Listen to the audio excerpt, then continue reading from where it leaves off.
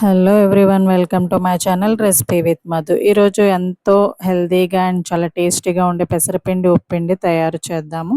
ఈ పిండి మనం ఎలా ప్రిపేర్ చేసుకోవాలంటే, ఒక గ్లాస్ పెసలకి 2 గ్లాసుల బియ్యం వేసి మనం ఆడించుకోవాలి. మిల్లు లేకపోతే మన ఇంట్లోనైనా ఆడుకోవచ్చు.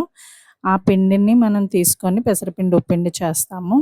ముందుగా స్టవ్ ఆన్ చేసి కడాయి పెట్టుకొని అందులో నూనె అనేది యాడ్ చేసుకోవాలి. నూనె యాడ్ చేసుకున్న తర్వాత మనం వెల్లుల్లి ఆల్రెడీ ప్రిపేర్ చేసి ఉంచుకున్నాం కాబట్టి వెల్లుల్లి, ఆవాలు, జీలకర్ర, మినపప్పు, శనగపప్పు, ఎండుమిరపకాయలు, కరివేపాకు అన్నీ మనం వేసుకొని బాగా వేపుకోవాలి.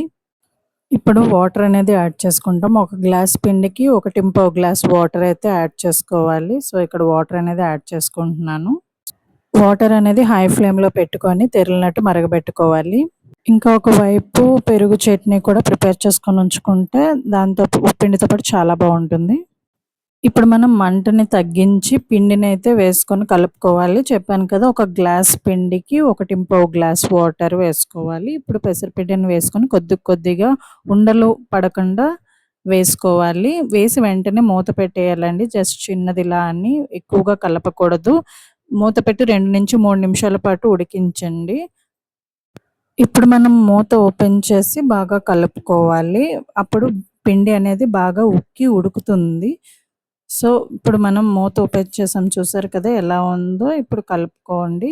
అంతేనండి, పెసరపిండి ఉప్పిండి అయితే రెడీ అయిపోయింది. మీకు ఈ రెసిపీ నచ్చినట్టయితే లైక్ చేయండి, కామెంట్ చేయండి. ఇంకా ఇలాంటి హెల్తీ రెసిపీల కోసం మా రెసిపీ విత్ మధు ఛానల్‌ని సబ్స్క్రైబ్ చేసుకోండి. Thanks for watching.